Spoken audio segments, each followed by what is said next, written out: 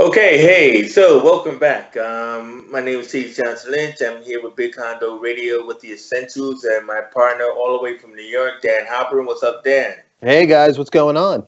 How you doing? All right, man. So Blake doesn't like it when I use the term sitting in, but I mean, we are sitting down. So, I mean, I think it's cool that we can sit down and chat about movies. I like to think we're like the new Siskel and Ebert of the past or something, or the portfolio of the past. hmm Ooh, that's a good title and everything. And but we had a great discussion last time when we talked about crime thrillers, which was a suggestion from one of the people who watched the show. And this time we're going to be talking about time travel. This time we're talking about time travel. Isn't that cool? Whoa, what a leap. But yeah, so we decided to talk about time travel films and everything. And we picked three off to the top and everything just so that way people could know right at the top. And we're going to talk about The Time Machine, Time After Time, and Back to the Future. But we hmm might drop in some of the other films in the middle of all of that as well, because you know how we do. We swip, and everything. So I'm going to turn it over to Dan to start us off with the Time Machine. And again, remember, we like to deal with the originals, not the remakes. So this is the original with Rod Taylor and not the remake with Guy Pearce. So go hmm ahead, Dan. Yeah. Hey. So thanks, Chase. The Time Machine was came out in 1960 and it was released by MGM. It was produced and directed by George Pal, and he was the producer of War of the Worlds and When Worlds Collide. Yeah. And I think that this was All right. his first major film. And his last major film that he directed was only 4 years later, The Seven Faces of Dr. Lao. Oh, yeah. Okay. Yeah. Yeah. Yeah. Yeah. Yeah, and then after that, like he didn't really have much of a career. His career sort of was had like a window in the 50s and the 60s, and then I think things changed, taste Yeah. changed. Originally, they were looking at not Rod Taylor, who was eventually the guy who starred in it, but David Niven and James Mason. I can see James Mason doing I that could part. totally see James Mason as well. Not David Niven, but I could see James No. Mason. It's interesting to sort of see, like, when you look at movies then, how, especially, this is sort of kind of towards the later part of the studio system, that people would recycle stuff all the time. Hmm. So I didn't know that some of the props and costumes are actually from Forbidden Planet, um, which you can probably see, because Yeah, yeah. they The Leslie built all that Nielsen stuff film, and then they, everything. Yeah, would yeah. have it lying around or in Robbie storage the somewhere. robot. hmm Well, Uh, and go there ahead. was, and by the way, there was a sequel. There was a What? plan. There was a planned sequel, but Oh, plan sequel. yeah, but it never went through. The planned sequel was that, if you remember in the film, he had a friend. The first point he travels is from 1900 to World War One, or Hmm. just right after World War One, or at the end of World War One. He finds out that his friend is killed. So the planned sequel was going to be that he was going to try to stop getting his friend killed at the front. Wow. But never. So I mean, like, you mean he met somebody when he went to World War One, and that guy was killed? No, no, no. He had a friend who was like in the opening scene where they're all like sitting around the table, Hmm. and then that character gets killed like in 1916 at the front, and he finds that out around when he travels to 1917. Oh, Uh, in the beginning of the film or the first act of the film, and then the planned sequel was going to be that he was going to travel again in time, this time to 1916, to try to save his friend from getting killed. But the sequel never happened. hmm. Now, the remake did happen. The remake actually was ironically remade by H.G. Wells' great grandson, Simon Yeah. Wells, who did other movies like Prince of Egypt and stuff like that. I don't think that movie was a success. No, really, no. Yeah. But I think the most interesting thing when you look at that movie, and again, this goes back to sort of, I don't know whether it's in the book. It probably is, just because when the book is written and that time. But if you look at the movie, and again, we're going back to movie logic, is looking at the evolution of man over 800,000 years, right? because that's when the last part of between the Morlocks and the Eloys, and you go like the reality is if you really wanted to be kind of probably a little more realistic, I guess, about that. Man doesn't. The Morlocks devolve, but the Eloys sort of just kind of stay the same, and they just become all passive. But really, if you wanted to look at like where we're going to be 800,000 years from now, I highly doubt that we even as creatures are even to be anywhere close to where the Eloys are or were, because they were just like, oh, well, here's just a bunch of good-looking actors. Let's cast them. Well, yeah. I mean, like, do you think like it was like with the book, the initial book, and what the movie was trying to say is that the Morlocks was the result of man's folly of atomic warfare. So, like, they were exposed to radiation and, kind of like destruction, and they would be the de-evolution of man. But then there would be survivors who could probably create, the Eloi, like in a bubble kind of thing. Do you think that kind of stuff was happening as far as story or theme? Yeah, I guess so. I guess it's just more of like, probably also showing like if, man wasn't going to correct his ways, it was just going to devolve into that, right? Yeah. Well, yeah, but this is what I mean. You could be a disgusted Morlock, but hey, maybe you could be one of those lucky ones and be an Eloi, It could be like Dianetics or something.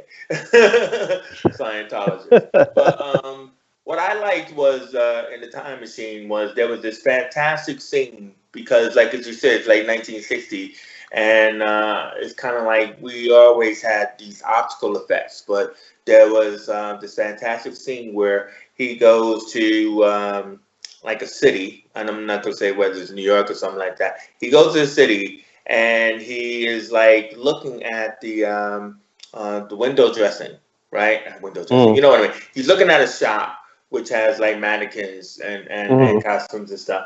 And he has the point of view because he's in his chair, right? His old bubble time chair. And he sees in time lapse what's sped up, the evolution of fashion. And I thought that was really kind of intriguing and amazing kind of deal because it's kind of maybe taking a look at what was possible in fashion trends or, what was up and coming or whatever, blah, blah, blah. But I just thought that scene was really kind of like an interesting scene there. Do you know what I mean? Right. And I think it's funny when you bring that up because I was thinking the same thing as I was watching it recently because, I thought like, man, this is a really clever transition device, that it seems much more like a director's kind of thing than like a screenwriter's kind of thing. Not that screenwriters couldn't come up with that, but that's so visual.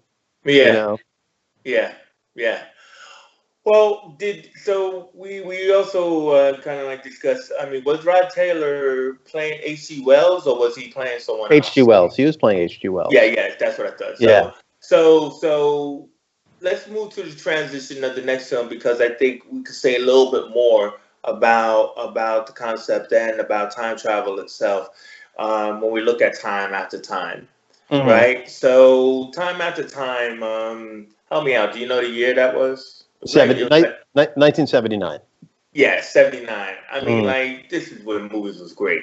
But anyway, so Malcolm McDowell and Mary Steenburgen, so Malcolm McDowell is playing H.G. Wells, which I guess what they're doing is their version of the Time Machine, calling it Time After Time, because what they decided to do was indicate that H.G. Wells knew Jack the Ripper in his identity, his other identity. And so like that opening party scene, like you're talking about that happened in the Time Machine, happened here. But they decided to add a murder element into it where instead of just, taking off in the Time Machine, it gave him an action. So it's like because Jack the Ripper steals the Time Machine and everything. And travels to the present day of 79, as she said. And, and H.G. Wells, for some weird way, is able to get into the same machine, and chase him to time. So it becomes a chase film.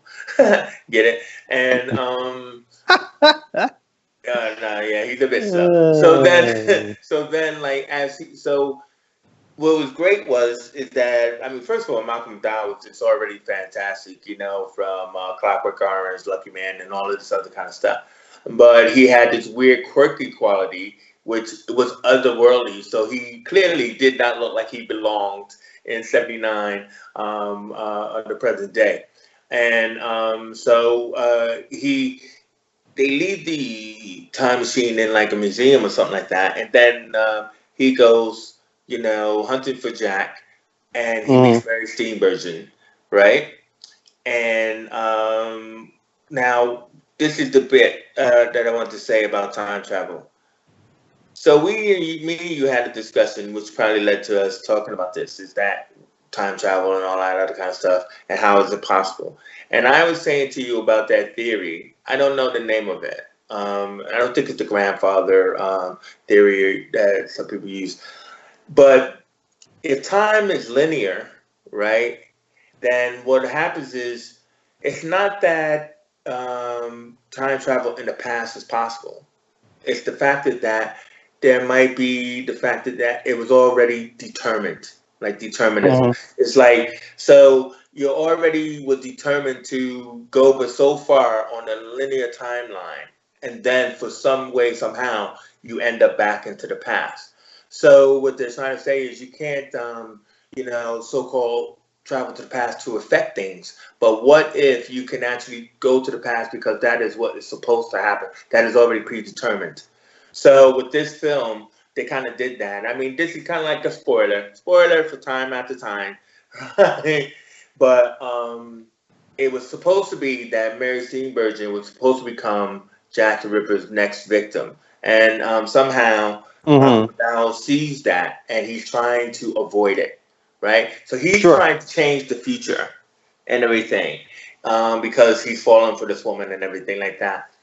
But what he ends up doing is, fight. He ends up taking all three of them back to the past because she's technically supposed to be dead. So according to the paper and everything, this woman who was nobody, was supposed to have died on this date in '79. But when he takes her back to the past at the end of the movie, it turns out that her character becomes this major force for women's rights. She becomes like one of the first people to speak up about suffragette. Call it suffragettism, right? But for suffragettes, and she was a leader in the suffragette movement and everything, and that's because she was from the women's lib movement of the '70s. So somebody's idea of, let's add this. This would be kind of cute. But the point is, if they read it in the book that she was already there, but she's actually living in the future, how is that possible? But it's possible if it's determinism. Does this make any sense? Yeah, I can see what you're saying. I mean, I think it's sort of like one of these things, like when you, I've been having conversations with different friends about, like, obviously what's going on in the world today. And I tell people, people are making all these predictions about X, Y, or Z. And I said, like, dude, it's the future. We cannot predict the future. It is impossible. We don't know what's going to happen tomorrow. You can only speculate. We only speculate. So right now, of what everybody's going through, right? You could write down 10 different paths, and it can go into 10 different directions. But the fact that, it's already out in the world and what's already happened to this point, it's happened. It's there. That part has been determined. It's like it's happened, right? It's like when you talk to psychics and, like, they make a prediction and then the prediction doesn't come true, and their dead man's get out of jail comment always is like, well, something changed at a certain point in the timeline in the future that altered that prediction. Now that could be bullshit or not, who knows, but there is probably some kind of truth to that. I was actually thinking, and this will be a really quick comment about, like if you did a time travel movie and you went back to, say, a very specific event, like to say World War I, when Archduke Ferdinand was assassinated by that one dude that triggered the entire World War, right? So if you went back in time and you, like, stopped that guy from killing Archduke Ferdinand, World War I would not have happened at that point. It may have eventually happened, But the reality is that like it may not have happened until after the Russian Revolution. And if the Russian Revolution did happen in 1917, then what would have prevented, say, Germany and the Austro-Hungarian military from invading Russia and stopping that? And then there would not have been a Hitler, and then there would have been, you can go on and on and on of how like one little event could change the history of the world for 100 years, in one version or another. But we don't know how that would have, what that outcome would have been. And again, determinism, it happened. We can't change it, right? Yeah.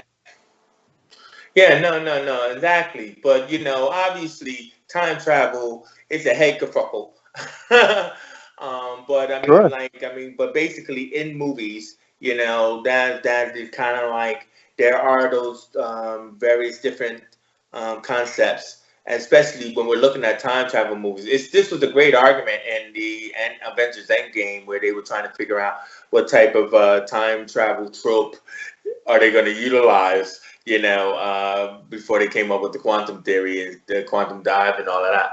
But it's just that, like I was saying to you, like I was watching Bill and Ted: Sex and Adventure today, and how one of the best moments in that film was them trying to get out of situations by going back in time and setting things up. So it's like the movie opens up with the father lost his keys and Ted doesn't know anything about it. So by the time we get to the third act and they're trapped in the police station, and they're like, hey, look, why don't we just go back in time after the report and, take the keys and put them over there. And then they say, oh, look, here are the keys. Oh, what? I did steal my dad's keys. You know what I mean? And like, that was perfect. I just I just like situations that make sense in the moment of the reality that is created in the film, and I mean, so this kind of thing of that you can go from the present to the past because you were supposed to is like, that kind of thing.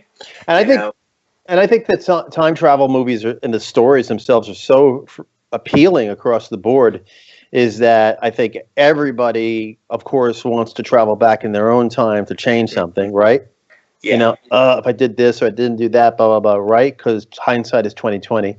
I think everybody wants to know what the future holds for them potentially, so that they can change the mistakes right now. Yeah. But also, I think everybody's fascinated. They like to go back into another generation just to sort of experience what that's like, and maybe even meet. Oh, I'd love to hang out with my dad when he's like 15 years old. He doesn't. Okay. There you are trying to do an extra segue to Back to the Future. Sure. I was going to say before we segue to that is that with that concept, that is the kind of concept that with the linear timeline is that it's supposed to be that way. Now, with Back to the Future, you have the effect of when you go back into the past. What you do is you branch off into another reality, which happens at the end of that movie, which is what I just said what Avengers Endgame did with the quantum diving scenario. So let's talk about, the great classic, which is Back to the Future then. So here's the thing. So basically, Bob Zemeckis went to school with Bob Gale, who they called the two Bobs, I guess, for a while. And I guess Bob Gale was from St. Louis, and the story I read online is that he went back home to visit his parents, probably, I guess, during the summer or sometime during 1980, and he went up into the closet, he went up into the attic of his house, found his dad's old yearbook, probably, you got to figure that's probably from the 40s or 50s or whatever, and didn't know that his father was class president. And goes like, I didn't know that. And then he started having this whole idea of like, oh, what would it be like to, like, if I went back in time and hung out with my dad and met him in high school? And Bob Gale basically said, would I want to hang out with my father when he was a teenager? And I was like, I read that one. Oh, okay. Well, that makes total sense of why the motivation, the emotional motivator to like write the screenplay, right? He goes back to LA. He tells Bob Zemeckis, and Bob Zemeckis was like, oh, yeah. I was like, what would it be like if your mother always told you, she was a total virgin, but then you went back in time and you found out, like, oh yeah, my mother wanted it, right? Yeah. So Which would it's be like, true. yeah, but like, you grew up with you don't think about your mom that way, God Yeah. forbid. So, you know, it's Well, like, what also is classic about this movie now is that now that I'm a dad, mm, is that I'm constantly, trying to feed my son Jackson, like, look, I was just like you, man. You're like a clone of me. I mean, I'm trying to like help you and guide you, so that way you don't go down the same roads that I went down, and because I mean, I don't care. I know I was quiet. I was a geek. I, drew a lot. I wrote stories, and stuff like that. But I do think I had like, well, I wouldn't say I was popular because nobody came to my birthday parties, but I would say that I had good small amount of friends, and everything, at least in school. So but not being a parent though, the thought just popped into me. Well, that kind of makes sense. Like being a parent is almost sort of like time travel for a person, right? Like when you well, just yeah, think about, but what I just meant was I like the concept of what you said, that he saw a picture of his dad and wondered what it would be like to hang out with him and everything else like that. And then like, I'm looking at it from the aspect it's like, what if, what if Jazz had that same thought, and what if, what would his experience be if he went and hung out with my younger self? You know what I mean? But it's a great. I can see how the wheels are turning in Hollywood, and that's a really great idea. But then also too is we gotta also just like state how Eric Stokes was the original Marty McFly. mm-hmm, They did want Michael J. Fox, but he was under contract with Family Ties, mm-hmm, his TV show that he was doing for NBC, I believe. And Eric Stokes, even though he kind of like had the look, he didn't have the charm. So they mm-hmm, shot like a good portion of the film. I think they said like about good like 60% of the film. But when they realized that no, we're gonna have to figure this out. He's not working, mm-hmm. and so if you notice in Back to the Future, there are a lot of shots where you kind of like see Marty from behind, or Oh, like here. Mm-hmm, because like in the Lone Pine Mall or Twin Pines Mall, mm-hmm, with the camera, or in the diner, the skateboard chase around the circle, mm-hmm. they kept whatever scenes they could, and then they just reshot close-ups of Marty as Michael J. Fox's Marty and everything. I mean, it makes sense. Yeah, sure. You know. Yeah, yeah, yeah. But I mean, he definitely was the one. I mean, he definitely had, and it was a complete opposite to his Alex P. Keaton character. His really stiff character he played on Family Ties, which was fantastic. But Marty was like a layabout. He was a lazy, rocker kind of kid, and everything. And so it definitely was the right role for him. But what happened so with those reshoots, they ran out of money. So Mm-hmm. like the original plan, for the ending or the third act, had to be completely changed. And I was telling you this idea, and I said it's on YouTube. You can watch it yourself.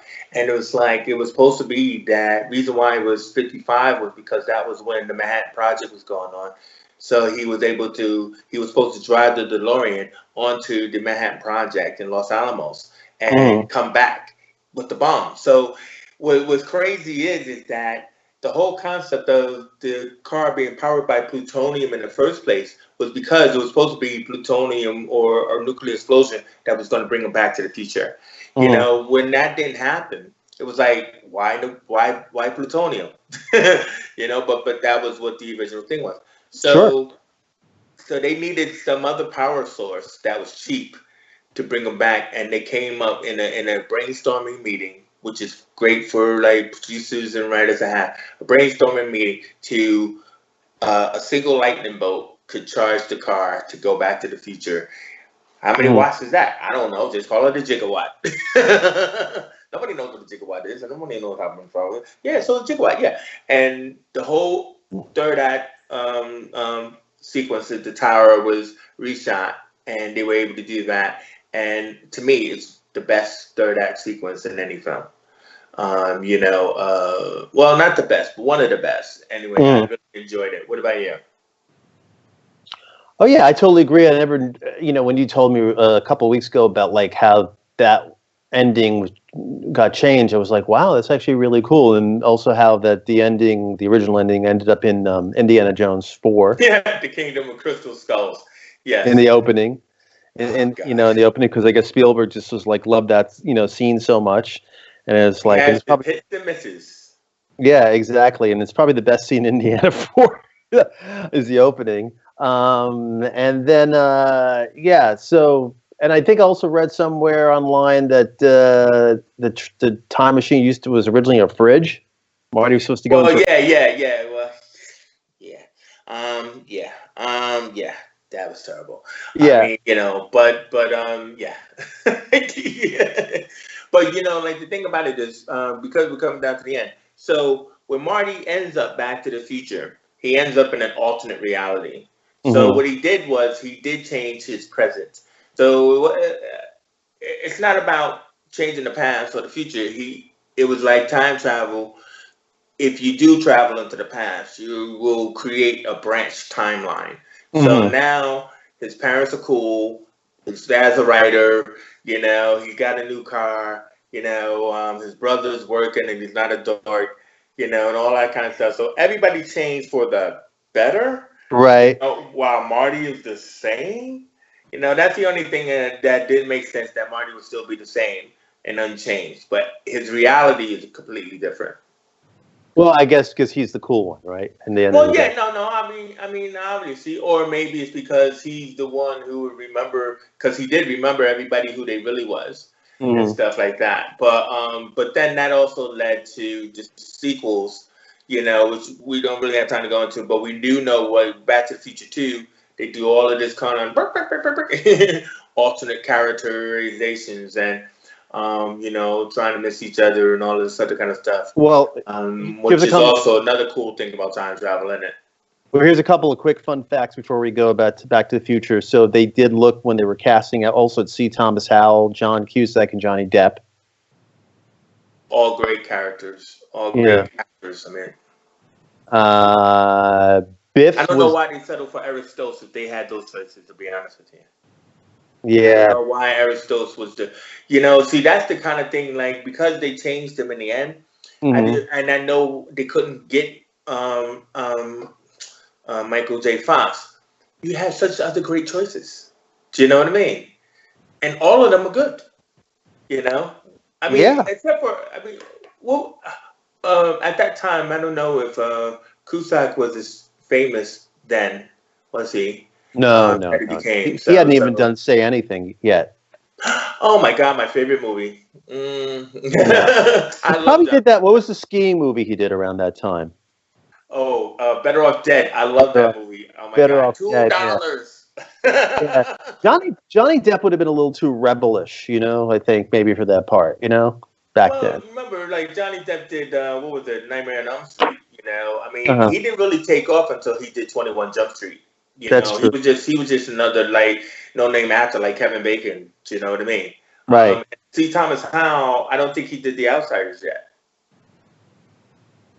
When that came out, I don't think he did The Outsiders yet. So, I mean, they were all destined to be stars. Those actor choices that you named and everything. So. And then Biff was the actor. Biff based.